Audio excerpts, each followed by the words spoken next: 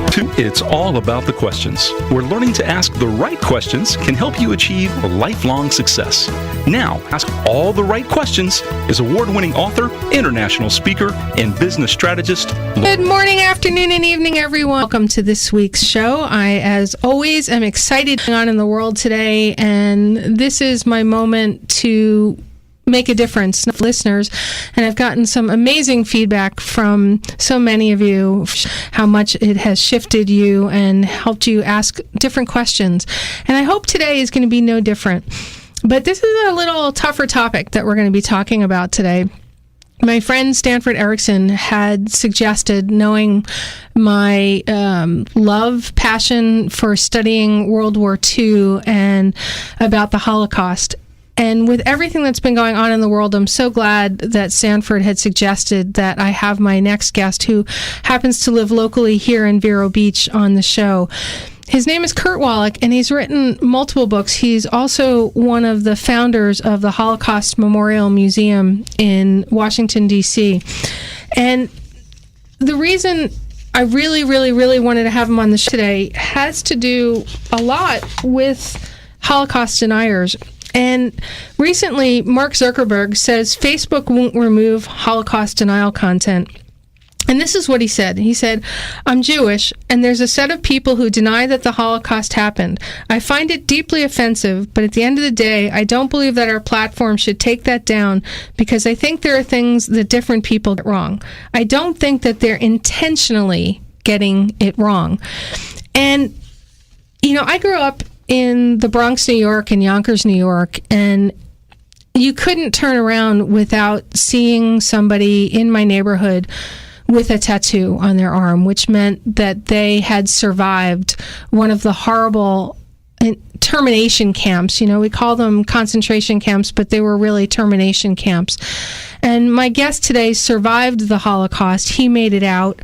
And then he went back. He fought in World War II. He was part of the precursors to the Navy SEALs.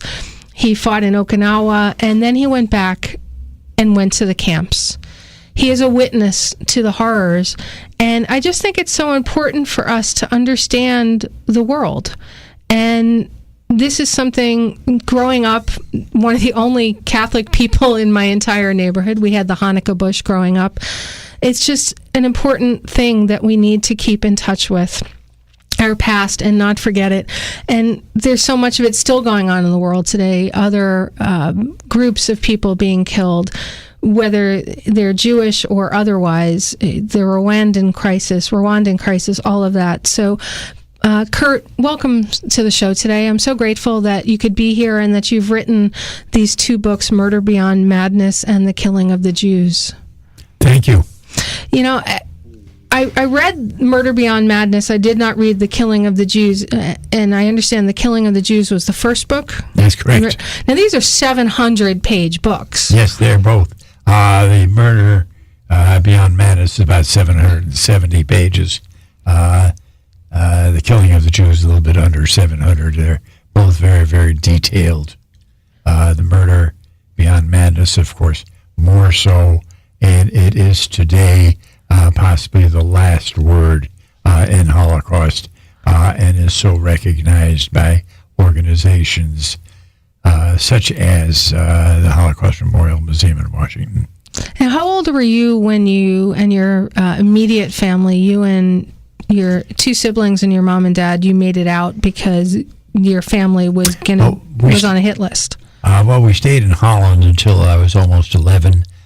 We were under Hitler until I was almost 7.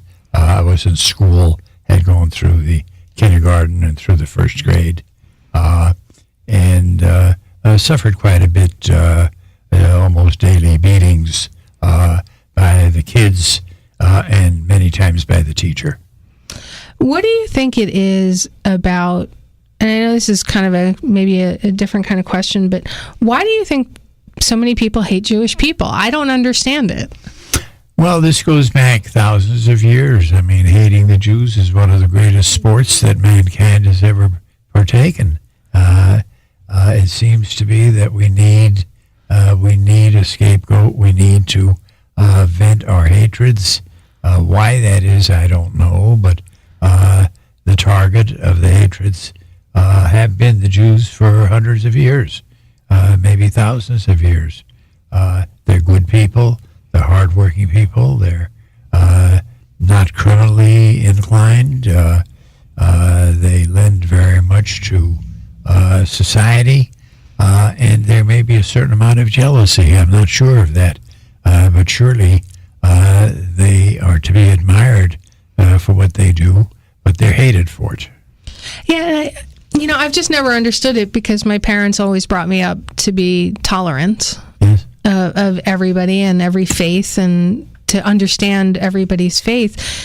And you lived through, and you lost over 200 members of your family to the Nazis? My father's side and on my mother's side, counting all cousins, aunts, uncles, nieces, nephews, everybody, came to about 200 that were tortured to death, either in the camps or outside of the camps. There were so many ways of murder that the Nazis practiced. They never wanted to murder alone. They had to torture first and then murder. And this is what took place, actually starting right with Hitler's reign in January of 1933 and read right through to May of 1945 for a 12-year period. And your father was very outspoken. He was very outspoken against the Nazis. He was I call him a Nazi basher. He worked very hard against them. Of course, he lost his battle when Hitler became chancellor in January of 1933, and he was a target. And we were scheduled to be executed. An employee of one of my father's companies came and told us of the plan that they were going to execute us that night. He came to the house early in the morning. My mother ran down to the school, picked up the children. That's my sister, my brother, and myself. And we ran down to the railroad station with my dad, and we got on a train and headed toward Holland, toward Cologne. And we heard later that afternoon they came looking for us, but we were gone. They couldn't find us. We spent a number of years in Holland. I grew up there, and my father, again, in the early 30s, predicted that there would be a war. He felt there would be a war and that Europe would be flooded with blood, and he wanted to get out of there. And although we had a good life in Holland, he felt it was mandatory that we leave. Okay. And in the height of the Depression, we came to the United States, came directly to Cleveland, Ohio, where we spent many good years. He was right. The war broke out, and I personally, I got much involved because I enlisted in the Navy at 17, and was in the Navy 1944, 45, 46, and the attack boats, the underwater demolition and attack boats, we trained right here in Vero Beach, in Fort Pierce, in Fort Pierce. And from here, our outfit went to Okinawa, where I lost almost half of my shipmates, were killed in Okinawa by the kamikazes, The Japanese suicide pilots, fighter right? planes, It was a horrible bloodbath there. I am very fortunate, survivor several times. Does it ever make you wonder? I mean, you've survived some of the most horrific things that ever happened to humanity on this planet, and yet you're here. You've survived. Others haven't, and you've made it your mission to educate people. Yes. A lot of other people might take that situation and just go, forget it. I don't want to do anything with the world anymore. I've been through enough. What was it that made you say, I need to make a difference? That's why I'm still here. Well, I believe that the world should know. There is so much denial, which is actually ridiculous, because on the other hand, there is so much proof of all the horrors that took place. I felt education of the world is very necessary, and I do quite a bit of lecturing on the subject to schools, and sometimes run series. Again, I'm going to be speaking next month on the history of 1933 to 1935 when these horrors took place. Many people don't realize this, but 60 million people died during this war. And the worst part of that was that 13 million out of that 60 were actually murdered by the Nazis. They were not all killed by tanks and guns and planes in war, but 13 million of them were actually tortured and murdered almost on a one-on-one basis by the Nazi fiends. 60 million people, 13 million. 60. 60, 60. Yeah, and 60. 6 million of those were just Jewish. Of those, about 6 million were Jews, and upwards of 7 million were others. For instance, all Russian prisoners that were taken by the Nazis were put into like concentration camps, but they did not work there. They just put them there. They had nothing to do in these camps. However, no food or water was ever allowed in them, so all the Russian prisoners were starved to death. There were over 3 million of those. The Nazis hated the Poles, the Slovaks, which they felt were a lower class people, murdered many of those. And, of course, any opponents of the Nazi regime or any people that were reported by the Gestapo were all murdered. Many people were kidnapped and put into workforces, never to be fed and to be worked 18 hours a day. Wow. All right, we're gonna hold on that last thought. We're gonna continue with more from Kurt Wallach after we get back from our commercial break. We're here with Kurt Wallach, author of Murder Beyond Madness and the Killing of the Jews, and he's dedicated a large portion of his life to educating people about this atrocity that hopefully will never ever be repeated. We'll be right back. Welcome back, everyone. We are here with Kurt Wallach. And Kurt, you were just talking about, prior to the commercial break, what the Nazis did and how many people died.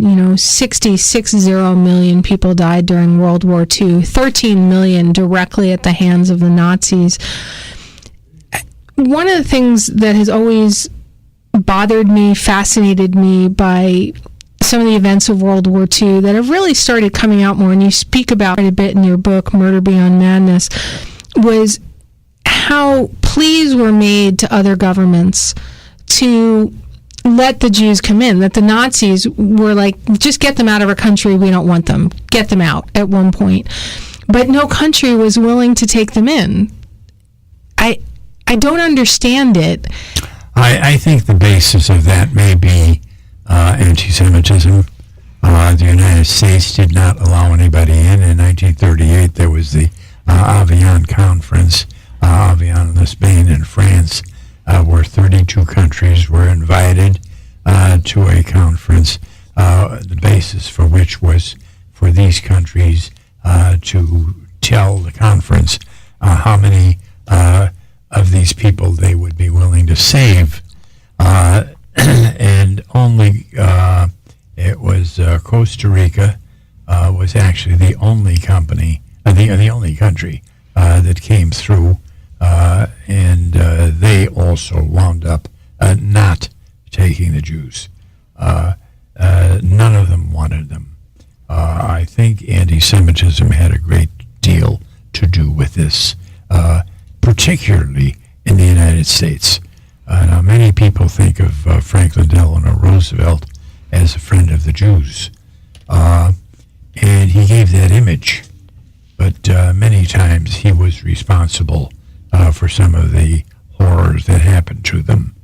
As an example, being the ship to St. Louis, which was loaded with refugees, and he did not allow them to come into this country. They went back to Europe and were all slaughtered in Europe. That was a Roosevelt thing. Also, there were bills that were introduced in Congress to allow young children under the age of 15, all who had been adopted by American families, to come here to save their lives. And Roosevelt saw to it that they did not come into this country, and 20,000 young children died because of this. That was the Rogers-Wagner bill that was introduced, and Roosevelt saw to it that it was cubbyholed and never came to the floor of the Senate or the House. And these 20,000 children died because he would not allow them in. Now, many people are not aware that Roosevelt was behind a lot of these things. It is a shame, but I go back to what I said earlier. Many of these problems go back to anti-Semitism. We're seeing so many parallels in the world today with what's happening, and I don't consider myself political. I tend to avoid political conversations, and we're seeing so much of it today with people coming into the country and Donald Trump and politicians and parties saying, no, we can't allow people into our country. And, it's the Muslims now in the United States that they're not allowed, or the Mexicans, or the South Americans, or whatever it may be.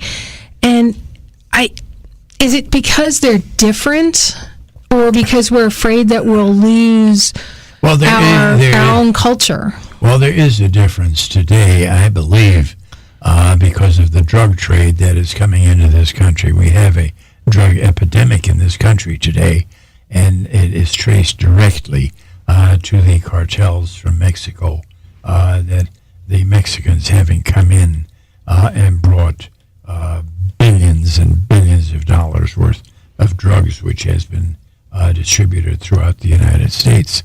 That is the big fear here, more than anything else. This is a fear that this country did not have during the 1930s or 40s, when these children or refugees from the Nazis were trying to get into this country. They were not feared.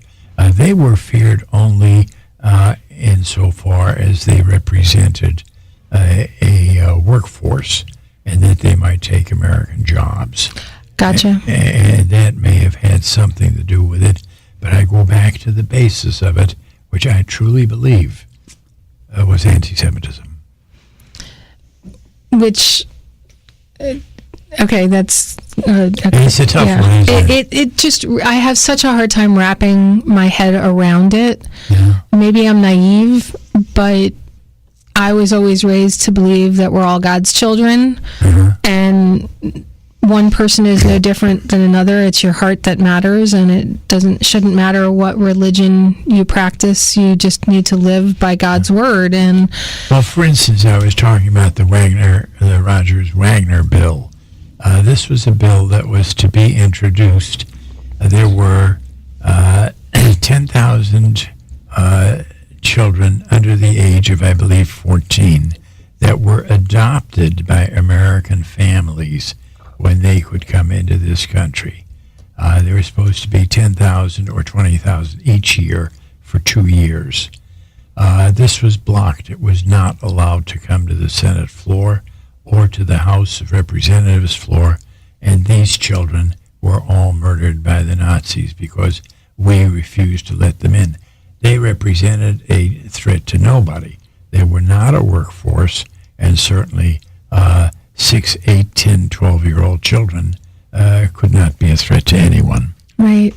It's the elimination of an entire generation, multiple generations of people, and a movie and a book that I found really powerful was called The Monuments Men. Mm-hmm.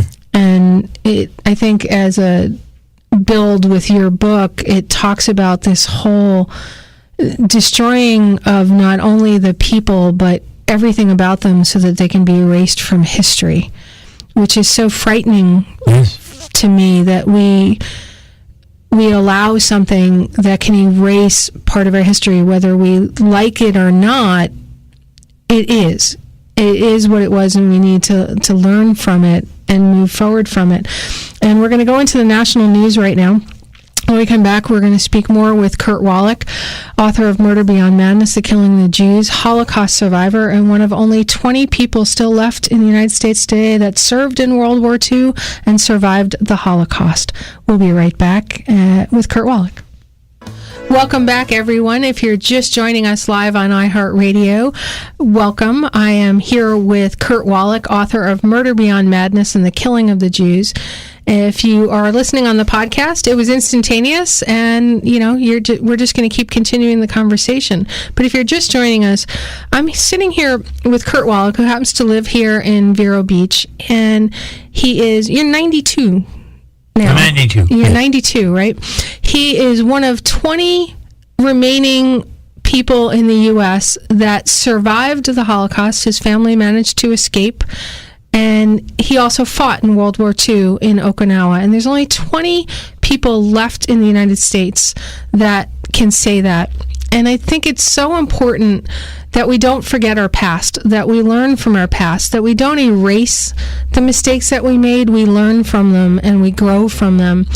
And anybody who knows me knows that I've studied World War II a lot. I grew up in New York, where I had many family friends that had tattoos on their arms. They survived the camps and lost most of their families, but for whatever reason, they survived. And Kurt was not interred in any of the camps. His family made it out, but he lost over 200 of his family through the Holocaust. And Kurt, I really appreciate your being here today and the work that you do. You were one of the original founders and a major contributor. You are a very successful businessman, real estate development. You built and sold a bank, and you spend a lot of your time with the Holocaust Memorial Museum in Washington, D.C., and helped it come to fruition.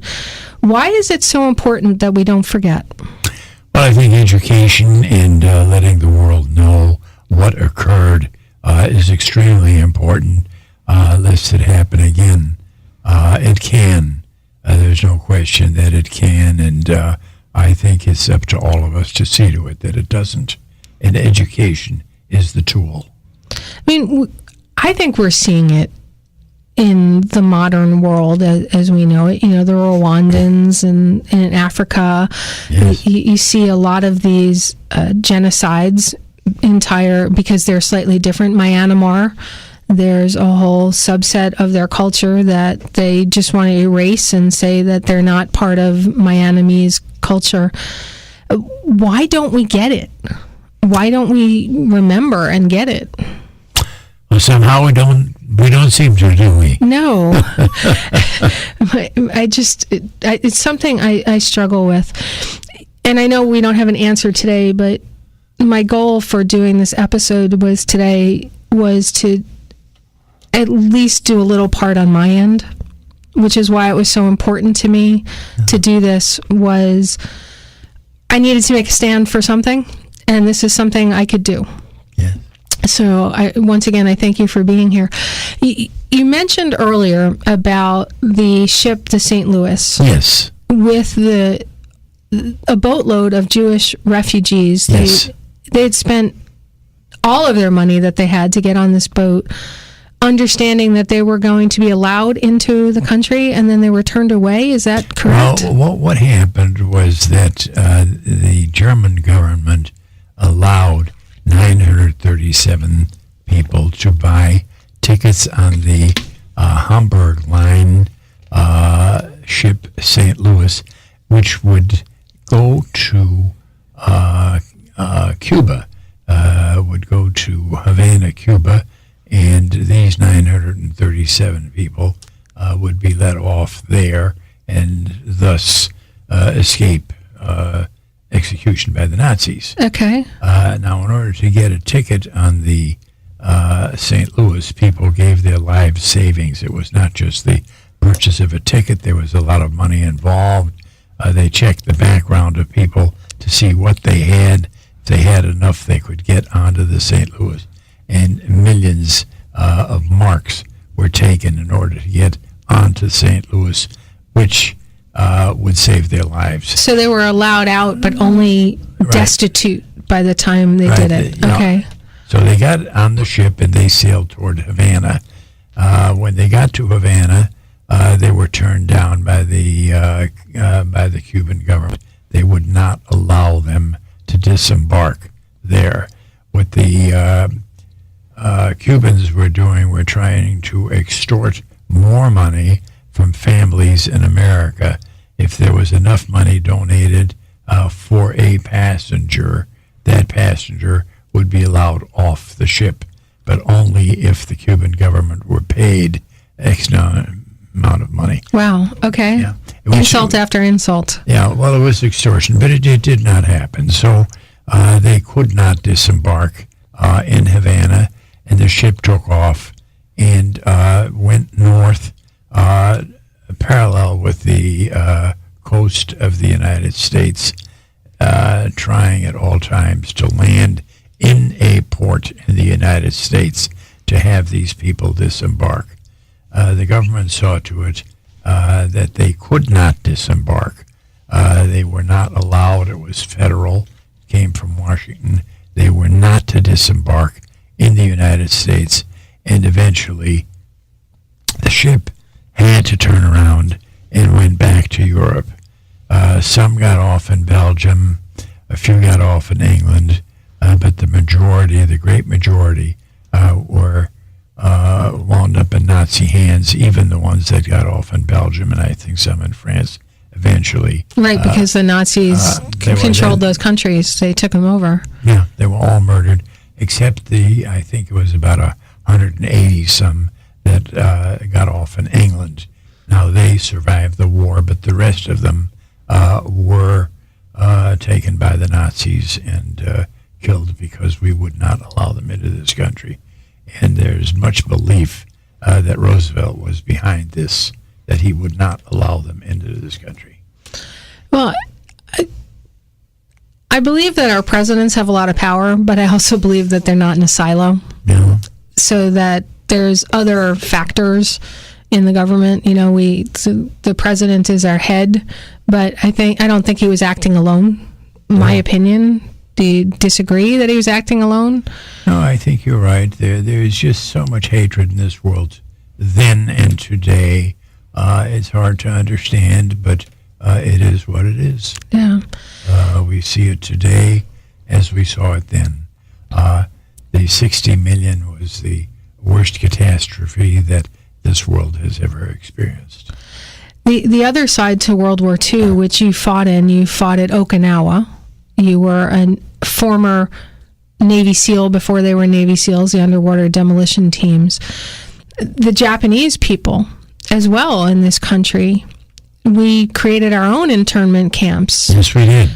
In California, it was horrible. I remember anybody of Japanese descent was put into a camp.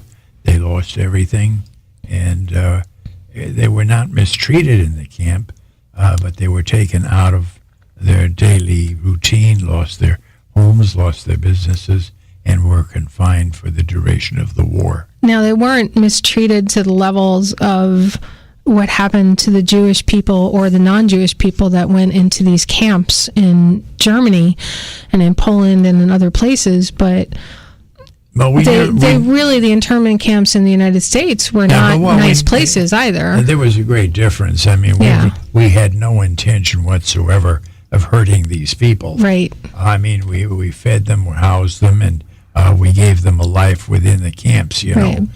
Fear. Here. Again. It wasn't meant, but on the other hand, they could not get out of the camps either. Right. But we supplied a good life for them within the camps. And when the war ended, of course, we let them out, which is not in any manner the equivalent of what the Nazis did. Absolutely not. The Nazis' idea was to murder them. Our idea was to let them live a life, and when the war ended, they would be let out. And the life that they led within the confinement was not that bad. George Takei from Star Trek fame, he played Sulu on Star Trek. He was recently here for the film festival and was honored, and he's written several books and a play about the plight of the Japanese Americans during that time. Because we were afraid of them. The Japanese were our enemies, and we were afraid that these Japanese Americans could do us harm. Yet you were a German American. You came and you fought. Was there as much fear?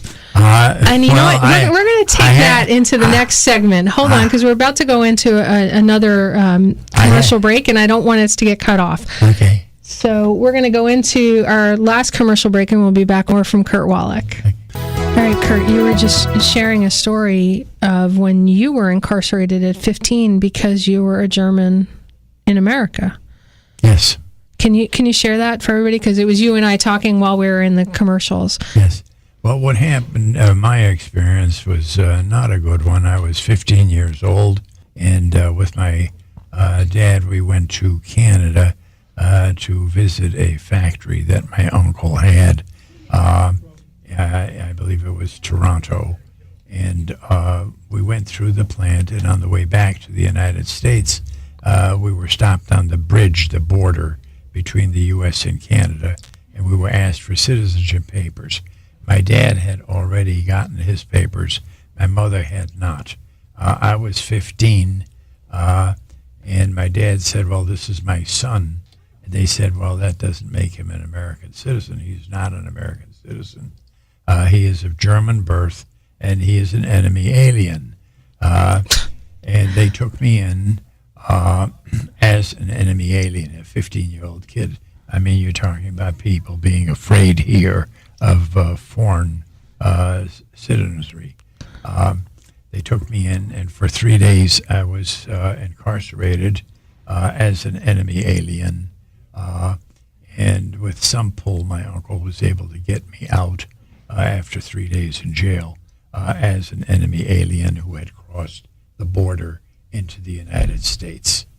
And yet, 2 years later, you still enlisted in the U.S. Navy to fight. Right. And yet, 2 years later, after that incident, yes, you enlisted in the U.S. Navy. That's correct. I never looked at it that way, but that's true. It was about 2 years later that I became a sailor. Now, what made you want to fight on the Pacific Theater versus the European? That was not my choice. Okay. I had volunteered for the attack boat and underwater demolition, which was a special outfit similar to the You became the SEALs. The SEALs. I went into that outfit. I had very little to say. I had nothing to say. Okay. I was just in that outfit, and I went where I was told. Okay. But it's you went through everything, and yet you said, I'm going to fight. I'm going to make a difference. Well, of course, we hated the Nazis so much. We hated the Japanese also, what they did. And the fervor, the whole demeanor in this country during the war was different from today. We were united. We were very much united as a people. We were united with a hatred for the Nazis. We were united with a hatred for the Japanese.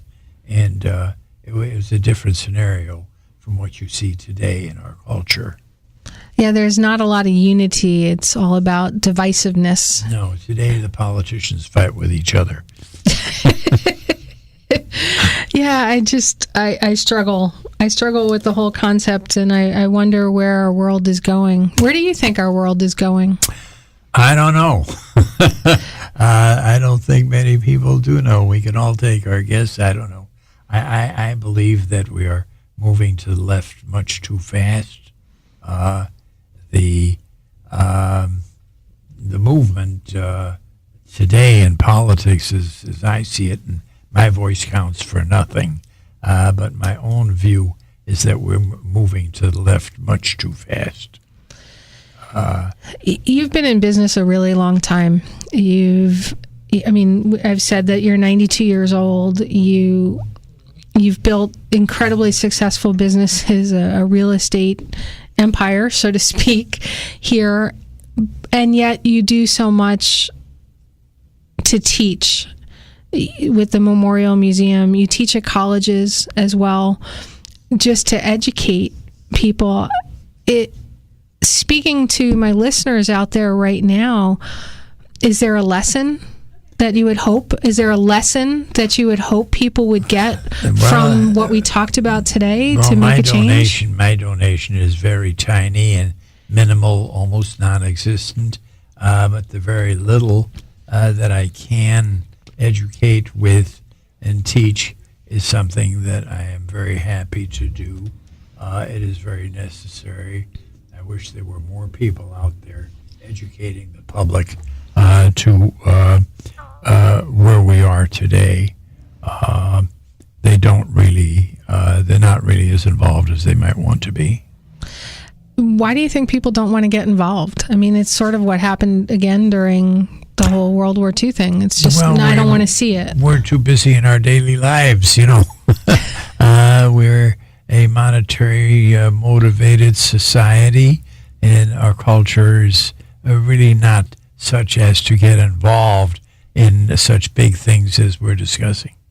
I mean, I know for myself, I don't like to hear some of the stuff. Therefore, and I might say therefore, education is very, very necessary. And where can people get your books? The two books that I have in front of me, and you've written several others. I have seen to it that a lot of educational institutions have been donated this book, these books, both of them, and they can be purchased Amazon, of course. And but my motivation with the books is to get them to educational institutions, universities, etc., so that the word gets out. It's not something that is monetarily motivated. I am not monetarily motivated in my publishing these books. A little bit more so in tennis books that I have written, but these books here are educational, and I want them out there. I don't have any children. I know that when I was in grammar school and high school and college, we studied World War II. We studied the Holocaust. Does that still happen as much, or do we need families to have that? Well, during the war, life here was altogether different. We would turn on the radio at 8 o'clock in the morning, and then we go to school, and if we were off for lunch, we turn on the radio, and again at 4 in the afternoon, and you listen to the news at 6 o'clock, and before you went to bed at 10:30 at night, you listened to the news to see what was going on, because there were constant battles throughout the world. Right. And everybody was very, very much involved. Most people had relatives or friends that were in the military. There were 16 million, 16 million American men and women fought in this war against the Japanese. We had two wars, one against the Japanese and one against the Germans. And everybody was involved. Today, that is not the case. Yeah, I have a number of friends that are in the armed forces today, yes, or retired from the armed forces, and a big thing that they say is people don't even understand what's going on. Yeah, the news that we get is so filtered as to what they want us to hear. Yeah. And I don't know where the venues are where we can get reality of what's going on that's not been filtered and purged. I know one place that we can find out about the past that's not been filtered and purged is in your two books I've mentioned many times, The Killing of the Jews and Murder Beyond Madness. And these books are thick and they have photographs of pictures that were taken from different archives that you had access to, and they're available at Amazon.com, and hopefully, as you said, they're being taught in schools today. You're involved with Florida Atlantic University? I did not hear. You're involved with Florida Atlantic University? Yes, I am involved with Florida Atlantic University. I have taught courses there, given many lectures there, and I find that they're a very fine institution, the university.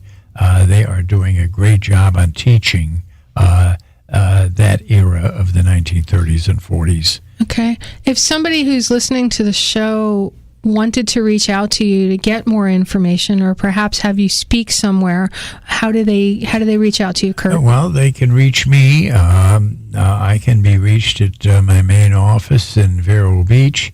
I'll name the telephone number. That'd be great. If anybody wants it, that number, our area code here, of course, is 772.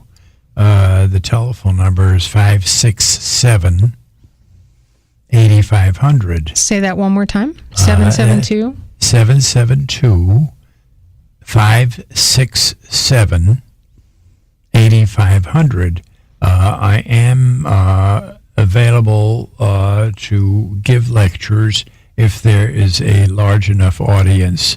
I do not give lectures to very small audiences. I don't have time. I'm a working man. And you know, yes, you are. You still have your real estate and all the work you do. I work very hard. In fact, my manager said I work harder than anybody in the company, and I'm 92. Well, I want to thank you so much for being here and for writing these books and the work you do with the Holocaust Memorial Museum in Washington, D.C., and helping us remember our past. Well, it's a pleasure to be on the air with you, and I want to commend you on the work that you're doing, and thank you for the invitation. It was truly an honor. And Stanford Erickson, thank you so much for introducing me to Kurt so that I could do this show today. And to my listeners, I know this was not my usual show, and I thank you for listening, and I'd love to hear your thoughts as always. But I think a very important lesson we need to get from today is we need to spread love. We need to be inclusive. We need to not just say, oh, they're no good because they're Jewish or they're Muslim or they're black or they're white or they're yellow or I don't like the color of their hair. So today, just make a difference in somebody's life no matter who they are. And remember, the right questions can change your life. Have a great day, everyone. Thank you very much. You've been listening to It's All About the Questions, starring Laura Stewart. Connect with Laura at it'sallaboutthequestions.com and download a free workbook that will help you ask better questions starting today.